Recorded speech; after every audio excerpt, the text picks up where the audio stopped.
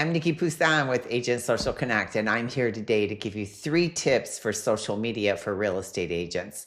Today is what to post when you have no idea what to post. Tip number 1, go back to the basics.